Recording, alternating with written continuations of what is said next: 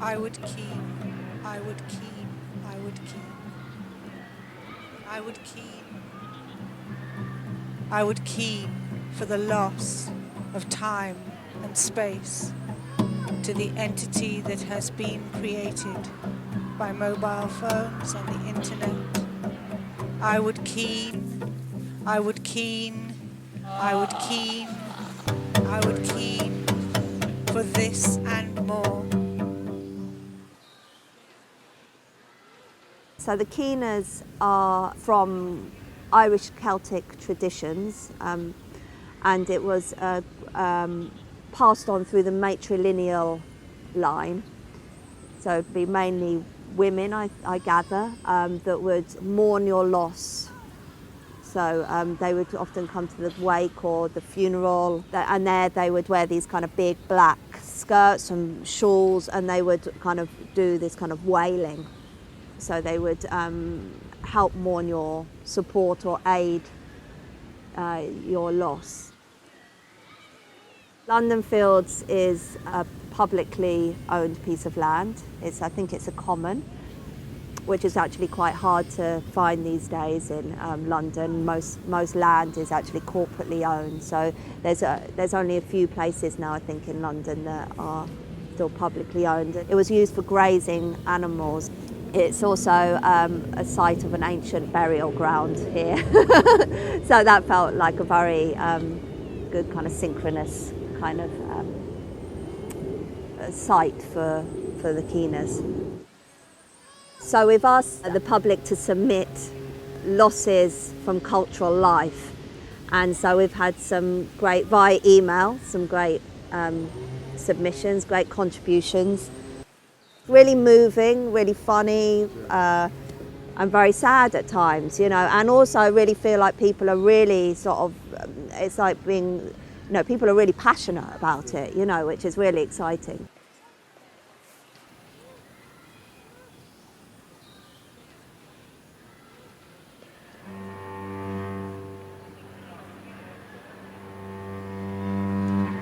I have lost an area, a locality, an artist community. It was on the edge of the east of the city, and then was faced with the biggest sporting event that has come. Now it has been commercialized into a corporate drinking festival with commercial food huts and branding and so on.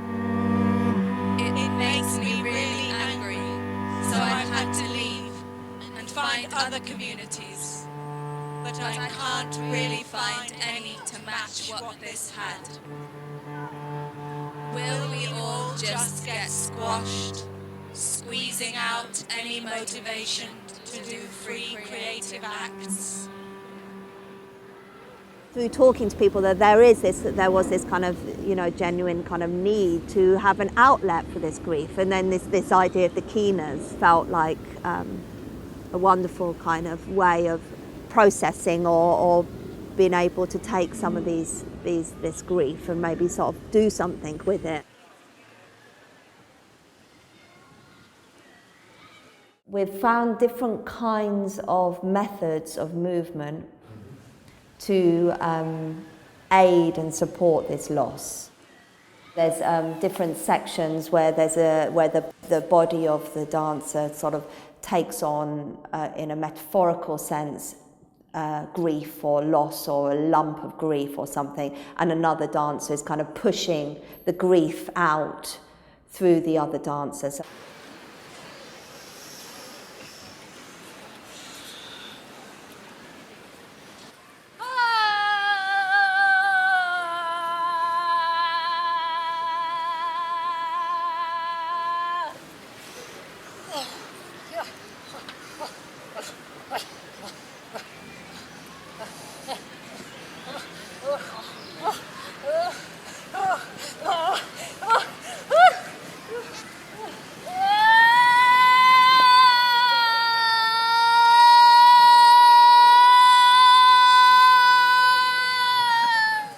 We're using the aid of these veils that take away the face, and the keeners would always, you wouldn't ever see their faces.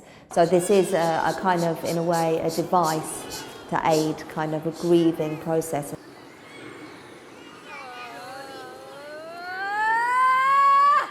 And I think it's quite important that when you take away the face, it allows for a lot of kind of different kinds of projection to happen, so that the person seeing this object, they no longer become a human, but they become this kind of object that you can project and transfer your kind of grief onto. Sometimes there's a single dancer that's veiled, and someone else reading the loss directly onto this veiled figure.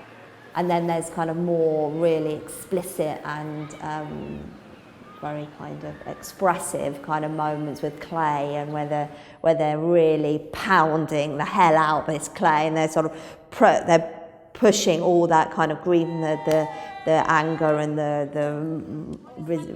all that just giving up and those kind of very highly charged kinds of emotions into the clay. So the clay becomes a kind of object of grief or a kind of symbolic kind of monument for that grief.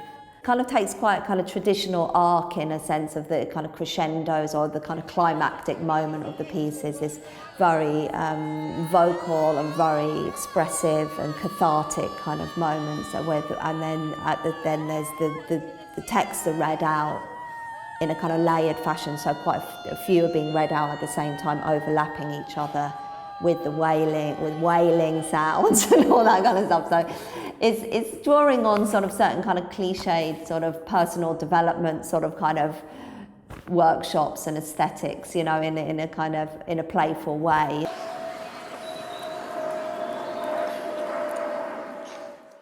I'm not so interested in kind of conventional forms of dance. They're probably more experimental forms. I mean, probably in the 90s it was called physical theatre, or contemporary dance, or maybe like somatic dance approaches, and they can come from lots of different ways of exploring the kind of anatomy and physicality of the body, that I think is probably concerned a lot with how you might embody movement.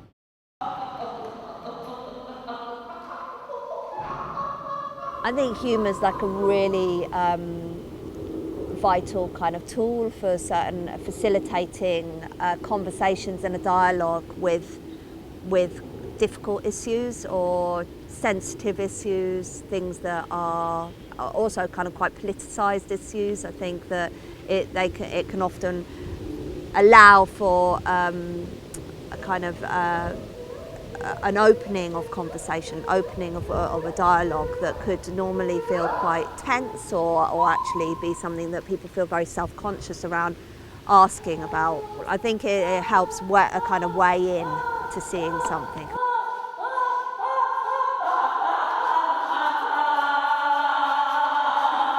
How I like to work with humour is I do want to you go into the seriousness of the subject, and then how that might have something that humour can then kind of hold that subject in its delivery to a more public kind of audience. Gay marriage. I mourn the wholesale adoption of heteronormative neoliberalist ideas of identity and equality being adopted as a right for gay people. All of those great sex radicals must be turning in their graves as multiple anti-normative lifestyles suddenly become sidelined for a heteronormative state endorsed blueprint of societal acceptance.